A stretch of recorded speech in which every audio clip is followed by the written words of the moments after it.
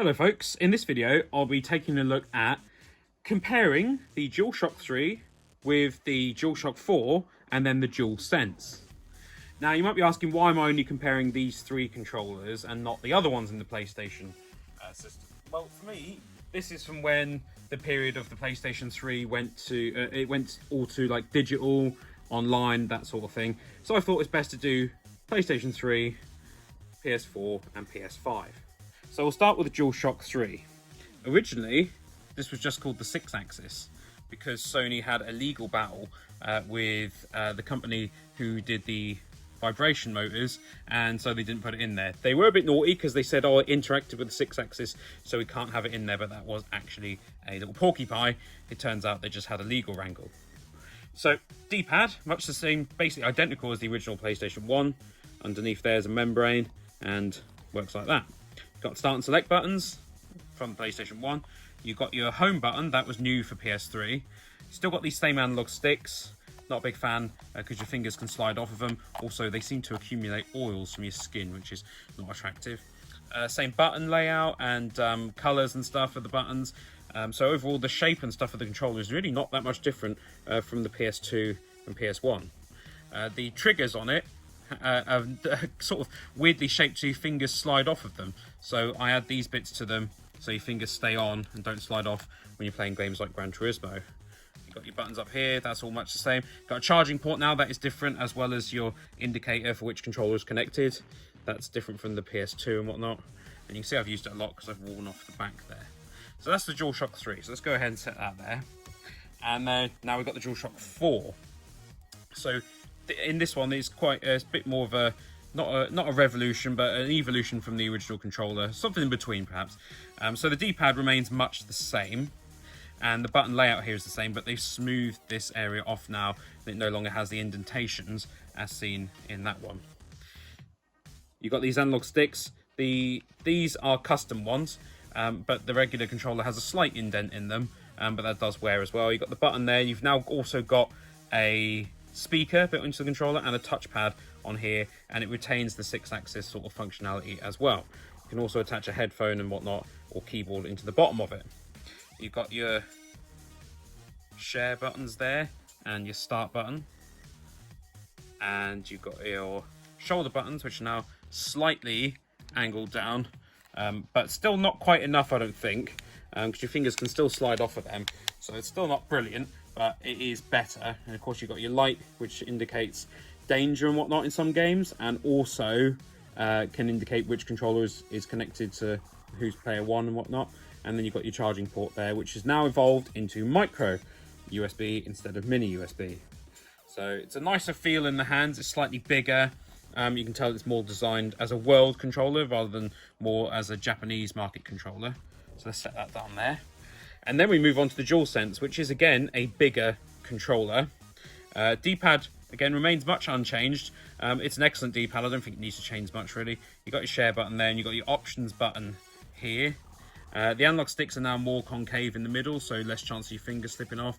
Still got the touchpad there, but now the light is around the touchpad, so you can see it better. This is better for games, for example, where they talk about they have like alien isolation. It may go red if the alien is chasing you. That's better if you can see it on top rather than on the back of the controller. You still got your PlayStation button there, your microphone. You can still connect things up in the bottom, different type of connection, mind you. And you can also turn the microphone off and on from the controller now. The buttons no longer have colours. They've changed to just being like this, but you can buy custom buttons for that if you want to bring the colours back. And there's now no sort of definition between the handles here and the buttons. It's one smooth area, whereas in the earlier controllers you see there's a slight definition there and quite the definition on the PS3 DualShock 3 controller. You've got the PlayStation symbols textured on the underside, which is lovely. I think that's very cool design. We've upgraded to USB-C now, and the Sony logo sits nicely on the back there. Something to be proud of. The triggers are now slightly more convex. I think that's the word, convex again, but still not perfect, but they are better than what they were. In all honesty, I prefer the Xbox controller triggers, but these are fine. And you've got the ones up there, pretty standard, haven't changed much. But the controller is itself bigger, and of course it now includes what they call the DualSense. So it's got the vibrations and whatnot, but it's also got adaptive, resistive triggers on there, which is pretty cool. I'll just show you the triggers on the Xbox controller so you can see what I mean. So on the Xbox controller, they angled up quite a lot, which I do prefer that, because there's a lot less chance of your finger slipping off. But it's not an Xbox video, so we're going to put that back there. I use that primarily for PC gaming. It is an excellent controller, I can't say it's not. So the key differences initially that you'll see are size. These are bigger, and this one is of course significantly bigger than the DualShock 3. And in terms of features, obviously this is the most feature-rich controller yet. In my opinion, it's the best controller ever made. I think it's extremely comfortable. Battery life is okay on it, and it's got a brilliant feel to it. It's textured on the bottom, smooth on top, really, really nice. This isn't a bad controller. I've played obviously hundreds of hours using the DualShock 4. It's still an excellent controller. This is my least favourite controller. When the PS3 came out, I kind of thought, oh, Sony aren't really changing it up that much. And the controller was a slight disappointment given how sort of crazy the console looked at that. But it's not a bad controller, but I don't think anyone's going to miss using this over the top of the DualShock 4 and of course the DualSense.